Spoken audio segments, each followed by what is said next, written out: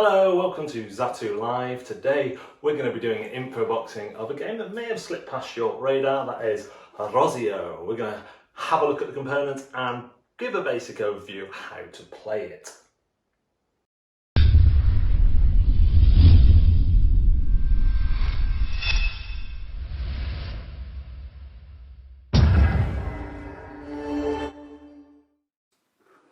Hello there, it is I am Nick, and I'm going to be infoboxing this game right here.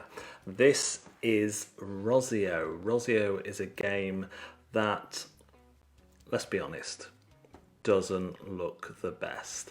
The game itself is slightly lacking in terms of graphics and in terms of just components, as you'll see. However, if you play this game, I think you're going to be pleasantly surprised. So we see it's a very strange thin box. We'll just pop this here to dump stuff in. Has a deceptively thick rule book, but really that's all set up. Rules. Doesn't need to be this big, and it's got 2 languages in. There is a solo mode as well though. So yeah, the game is going to look rather beige, and I added this bag, so this bag does not come with the game. You have some point tokens that have spilled out of their baggie. Again, nothing special, they're just okay. And what you're going to be doing is, if we just move this and grab some of these, you have bottom and top pieces, and depending on player count, you're going to build a little enclosure here. This says 4, but it doesn't really matter. And then on the bottom ones, you'll notice you have bonuses. They're double-sided, so one side's allegedly easier than the other, but it's just easier to get coins, basically. So your setup will look something like this. It will be bigger, and it does have an end piece here, no less beige. And then you're going to draw 2 of these tiles, and they have to be different. You're going to place 1 there and 1 there. Let's just move this up a bit. Then each player is going to get a very dull player board, and they're going to draw 4 tiles from draw piles if you don't have a bag going spare like I do. And then you're going to get some cards. You can hear that baggie. Just take all the solo cards out. And you'll be using cards for one of 2 things. On the back they have a coin, and on the front they have a pattern, some points, and a cost to hire. You will start with 3 cards in your hand, and then on your turn the first thing you'll do is recruit one of these. Now I'm going to look at the board. I'm going to say that's a long way off, but 5 points is pretty good. Also a long way off, but I do have 2 yellows, so I might actually be able to build that one. So I'm going to take this card and slide it up underneath my player board like this, and I will then activate all cards under my player board, which of course will be up to 3. So in that case I would get a coin. Brilliant. Then I am going to build onto the road. Now in this situation, let's just swap them around a bit so I can illustrate more. So remember, I have 3 yellows in a row, so I'm going to pop this one here. Now because I've matched, I get to place another one if I want. I have to place so that the tile touches 2 walls, either walls or another tile. So I couldn't place it in the middle here, for example, and the ending piece that I showed you earlier, that doesn't count as a wall. So they have to be touching 2 walls. So I could place there or there. In fact, I might place there. And then if I place this red, I'm not going to get my bonus placement. So what I'm going to do, and you can do this as many times as you want, is I'm going to pay the coin I earned earlier to switch these two. And then I'm going to take this one and I'm going to place it here.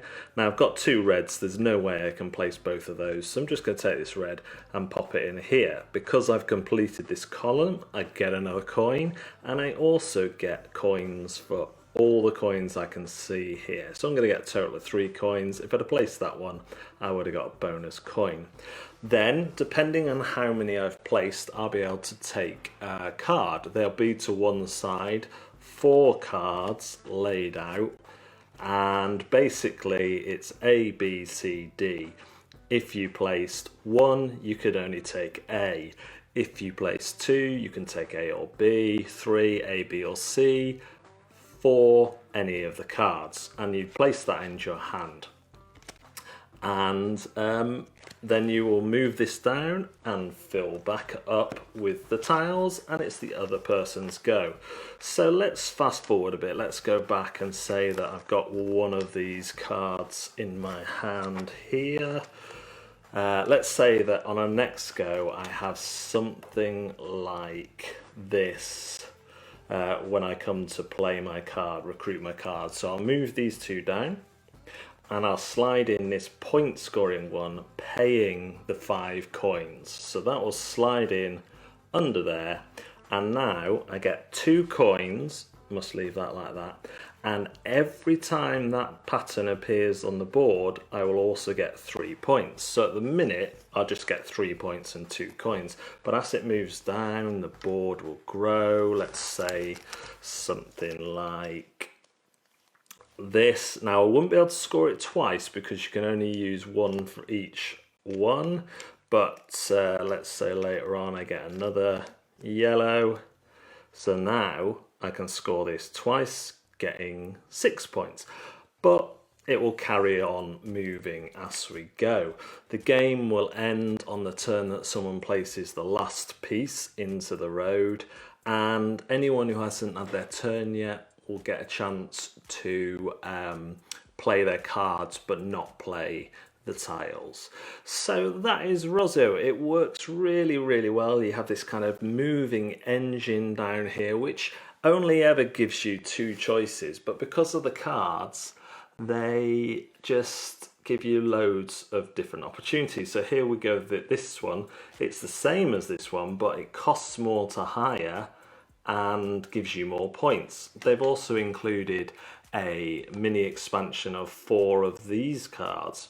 Now you notice the coin on these is green, so if you choose to place this, you have to, everyone else takes a coin, but then you're free to have 5 in a row in yellow down here.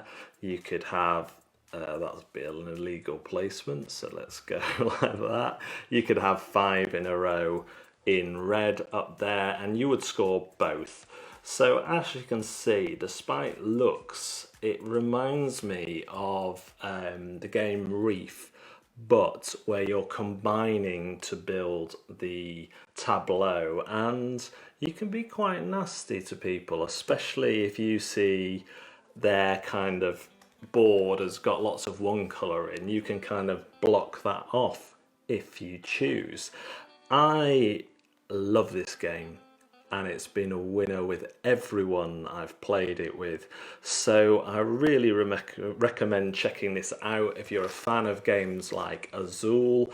Yes, it would be lovely if the components were like in Azul and not these kind of, it's not that they're not thick, they just were difficult to punch out. They do have little details on some of them. Where are we? I thought that was a blob. I didn't realise that it's a tree. I think it's a tree. So there has been some attention to detail, but unfortunately the artwork is not to a standard where it shows it off. So it would have been lovely if it had been proper Bakelite tiles, but as it is, yes, the game looks meh, but it plays excellently. This is around £25 on Zatu, and there's only 4 left at time of going live, so if you're at all interested in that, do check it out. Thanks very much, as always, for watching. Do remember to check out our YouTube and Twitch channels, and we're also very active on Twitter and Instagram too. Thanks very much. Goodbye now.